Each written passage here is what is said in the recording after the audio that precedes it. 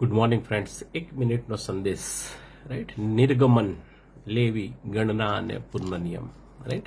નિર્ગમન એટલે કે નીકળી જવું. ક્યાંથી નીકળી જવું? મિસરમાંથી નીકળીને વચનના દેશ તરફ આગળ વધવું મીન્સ નિર્ગમન. લેવીય, રાઈટ, અને ગણના અને પુનર્નિયમ, આ 4 પુસ્તકો જો ધ્યાનથી સમજવા હોય તો યાદ રાખીએ કે નિર્ગમન, લેવીય અને ગણના એ ત્રણેયને ભેગા કરીને પુનર્નિયમમાં મૂકવામાં આવ્યું છે. શું?